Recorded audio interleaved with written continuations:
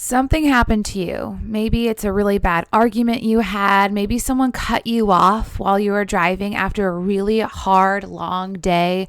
What have you? Something happens and you are pissed. Maybe you're let down. Maybe you're sad. Maybe you're just super confused. Or the worst, maybe you're scared of all these freaking feelings that you're having. You almost feel like your insides are churning with emotions. So you do what you always do. You stuff it down and get on with your day. Or maybe you're the type to really let someone have a piece of your mind.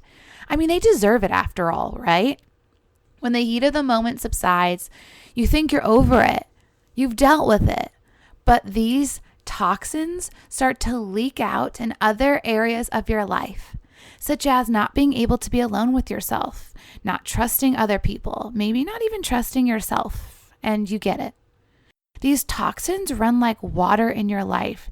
They take shape of whatever container you give them and they fill it up. I call these big feelings, capital B. When they're good, you know they're so good. And when they're painful, well, you get it. Want to know how yoga can help? Well, come down the yellow brick road to the Willy Wonka and Chocolate Factory. Okay, too weird. Yeah, I agree, too weird. Whatever, roll the tape. So you've been to a few or maybe many yoga classes and you are hooked. Somehow you feel better, kinder, more connected to yourself and those around you. Your friends view you as a hippie now, and your parents, well, they think it's a phase. Regardless, when you are on your mat, you are home. Yoga teachers and students, come learn how yoga can help you navigate the daily grind, breakups, your anxiety from a place of clarity and compassion. Welcome to the Modern Yogi Podcast, hosted by me, Laura Siljander. Misfits, earthlings, yogis, take a deep breath, check in to see how you're doing, body, mind, and soul, because you have arrived.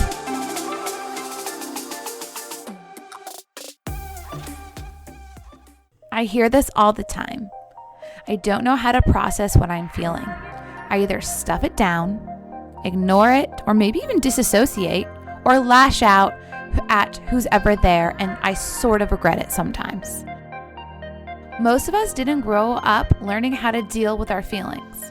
So when shit hits the fan as an adult, we're totally lost. As kiddos, many of us were told things like, don't cry, it's okay, you're fine, when we were feeling scared, hurt, or confused. Our adults at the time would tell us this stuff not to be assholes. They were actually trying to comfort us, to let us know that we were safe and we were actually going to be okay. However, this can send mixed signals. When you are still sad, but now your adult is telling you not to cry, essentially, don't practice feeling your emotions is what's going down there. Then we grow up a bit, and that's when we're really told stuff like, suck it up, cowboy up. Don't be so sensitive. Or, whoa, this one. You look so much prettier when you smile. Ew, barf. So we go through our life using tools and coping skills to deal with hard times and our big feelings. Maybe we even talk to our therapists, mental health coaches, or counselors about it. With them, we can rationalize our experiences, make sense of them. This can be super helpful. There's just one problem. If we even get to the point of rationalizing our issues, telling ourselves that other people have it worse than you do, or I shouldn't have dated the asshole, our bodies don't forget. Our bodies don't forget that pain. Our bodies don't forget betrayal. The body keeps the score. The issues are in the tissues. We store emotions in our hips, or what other phrase you have heard, all point to the same thing. This isn't just a mind thing. It's a body thing too. This is why yoga can be fun and don't forget super awkward at first. Then we start feeling things on our mat. So do you remember when you walked into your first few yoga classes? It was like super awkward, but you kind of liked being there. You liked the vibe. It was awkward. And then it was kind of fun because then you started noticing how you're getting more flexible, how you're progressing, things like that. And then things start to come up. You've heard me say this so many times on this pod. Yoga shines a light on our life, for better or for worse. It makes us take a look at how we're living. And that's when stuff comes up. So this is why we're actually in luck with this modality, with this practice. Because yoga isn't just a physical practice. It isn't just a mental or emotional practice. It's a union of both. It's a union of both. So while you're trying to rationalize and process your anger or trauma with somebody, hopefully a professional, but you're also working it out, the physical stuff on your mat, you're unifying both of these modalities, trying to figure out your big feelings, learning how to feel your feelings. Yeah, so it's obviously time to roll out your yoga mat, but not with the intention of escaping or stretching your lower back or nailing your crow pose or tightening your core. It's to be with the intention of practicing to lean into your big feelings. Those lessons we skipped as kids, we can't skip them anymore. It's time to learn. The answer's there, but you need to slow down and to be open. Your inner teacher will rarely yell at you. Your inner teacher typically is a whisper. I wish that an inner teacher would scream at me sometimes, but it doesn't. And so we need to slow down. We need to roll out our yoga mats, not just like I said, to tighten our core, but with the intention to feel, to practice feeling within those four corners of our mat. It's a safe space. When we move, as Patanjali intended, being firm but relaxed, FYI, that typically means to slow it down, we can teach ourselves how to process emotions. When we move in our asana practice, we get stronger, more flexible, and even cultivate better balance. But there is more. If we slow down enough, when we get into a posture, we can feel our bodies. Instead of just doing the posture, we feel the posture. I'm really annoying to my yoga students because I, throughout the whole class, will say, don't do the posture just to do it. Feel it. Feel it. Don't just do Warrior Two because the teacher called out Warrior Two and you're like, oh yeah, I've been here a million times. Feel your front leg bend. Feel your quad engage. Feel your ankles lock in to try to balance you. Feel the back leg start to straighten out. Feel your arms start to rise. How do your shoulders feel today? Where is your gaze? Are you extending out from fingertip to fingertip, or do you have limp fingers? To feel the posture, not just to do the posture, where you pop into it mindlessly because you've done it a million times or because the teacher called it out. See how that's a lot different? Where are your muscles straining? Where do they feel like they're stretching? Do you feel tired today? By moving with this intention to feel rather than just to do, we can tap into another world that's happening right below the surface of our consciousness.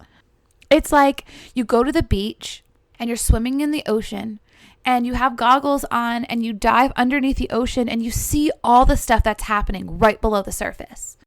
You see sand and fish and seaweed and whatever else is in there. It's right there just below the surface. When we tap into our yoga practice like this, we can see what's happening right below our conscious. What's really happening in our body. This is where we house our stories for our big feelings. Here's a line to remember when you are in an asana or a posture. The question to ask yourself is, where do I feel it?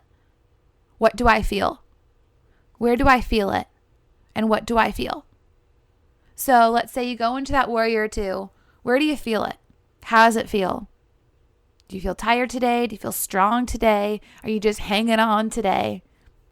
This is how you're practicing feeling. Start here. If you want even more bang for your buck, the next step is to take a deep breath. You pop into your Warrior Two. You notice your front leg is bent, knee over the ankle. Your leg feels strong today. Then you raise your arms up, tee them out, one towards the front of the mat, back arm towards the back of the mat, and you notice your shoulders are kind of feeling tight today. Okay. That's the first step. You are moving with the intention to feel, and you're noticing, where do I feel it? What do I feel? Take a deep breath. Deep breath is what's next. If you really want to go deep, which is super fun when a teacher slows down a class enough to allow you to do this, or maybe this is something you got to do on your own. Observe what comes up. Is there a story living there? Judgment free needs to come to mind here of what stories come up. So we move with our asanas with the intention to feel rather than just to do. Where do I feel it? What do I feel? Deep breath. What's coming up? You don't have to do this with every single posture. But if you even do this with a few postures, well, hot dog. Why do you think that sometimes Shavasana feels super fruitful? I mean, it's at the end of doing all of the work, but it's actually the posture we hold the longest, and we're able to drop in. Like, have you noticed in Shavasana, you really feel the ground against your back. You feel the ground against the heels of your feet. You feel your head being supported. Like, we are able to just like tap in because we have time and it's quiet. That's not one of all the reasons why Shavasana is the most fruitful asana in our practice, but it's a big reason. We give time to it. We allow ourselves to feel. Some people let go of their breath in Shavasana. That's cool. But if you want to hang on to it, that's also another option. So when we move with this intention to feel, where do I feel it? What do I feel? All right, deep breath here. What's coming up? Is there a story that lives here? It's literally like move, feel, breathe, observe, repeat. Move, feel, breathe, observe, repeat. Move, feel, breathe, observe, repeat. Feel free to write that at the top of your mat somewhere on a piece of paper. I've taken many of my issues to my mat. And some people, it's funny, they use yoga to kind of escape. A lot of times I'll ask my students the first day, I'll be like, why yoga? And they're like, I love the escape. And I'm like, oh, that'll last probably a month. And then the feelings start to come. Maybe some of you where it's longer or shorter, but eventually they come. And we need to process these feelings if we don't know how to. If we don't know how to. Move, feel, breathe, observe, repeat. When we allow ourselves to practice in this way, we turn away from our distractions and we tune in. Sometimes we come out the other end feeling a little better. Sometimes we come out still feeling confused, but knowing that we should do that again. Oftentimes, it takes more than one asana practice for me to deal with a big feeling. But I usually come out the other end feeling either a little bit better, a little bit more mindful of what I'm feeling, and I know I need to return to that again. So if you are processing big feelings with your therapist or your mental health coaches or what have you, that's so wonderful, so proud of you. You're already a step ahead. But our bodies also house these big feelings, and we can access those big feelings, process them too, learn how to feel them by moving in this way, by moving with this intention to feel rather than to just do. So if you've got some big feelings that you're dealing with, like maybe your boyfriend said something to you and a little bit of it rang true, but it was said in such a way that really put you on the defense. You wanted to fight back or you wanted to cower. Maybe you've got some things that you're dealing with there. That stuff you can bring to your mat. If you're getting flashbacks though, and you've had some big traumas in your life, that's when you really want to talk to somebody. But we go through this life and hard stuff happens. Cruel stuff happens. We see things on TV. We see things in our families and our friends. Things happen to us as well. And sometimes we have no idea what to do. This is something you can do. Move, feel, breathe, observe, repeat. Move, feel, breathe, observe, repeat. So whether you are a yoga teacher looking for a theme for your class, or you've got some big feelings to deal with, give this a try. Give this a try.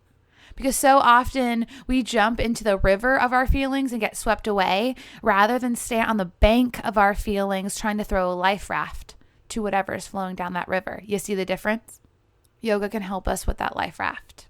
Move, feel, breathe, observe, repeat. I've got an offering for you. If you have more big feelings to process, to figure out, I have a freebie for you. I have this little project that I'm working on called Yoga Moments. It's about 5 to 7 minutes of breathing. It's got a quote and time for you to reflect and journal. I have one about feeling your feelings. So it's about 6 minutes. You sit down, you breathe. I give you a quote to think about, and you reflect. If you want access to this, it's a beautiful practice to do if you're dealing with stuff like this, and I'll provide it free for you. All you have to do is go to Laura Siljander, so my first name and my last name, .com/feel, and I'll provide you with this freebie. So Laura Siljander, my first name and last name, .com/feel, and you put in your email, and don't worry, I send maybe 2 emails a year, maybe 3. Max 3, and you'll have access to this recording. So that if that interests you, I'll put that into the show notes, or just go on my website and put feel at the end, /feel. All right, friends, hopefully that was helpful for you. Please remember to practice that compassion with your thoughts. There's a lot of big feelings happening in the world right now, so be compassionate with your thoughts. Practice your compassion with your speech. Is it kind? Is it necessary? Is it true? And practice compassion with your actions. Take care of yourself, yogis. All right, shalom, pura vida, namaste, meow. Oh yeah, my IG handle is practice_compassion. Okay, done.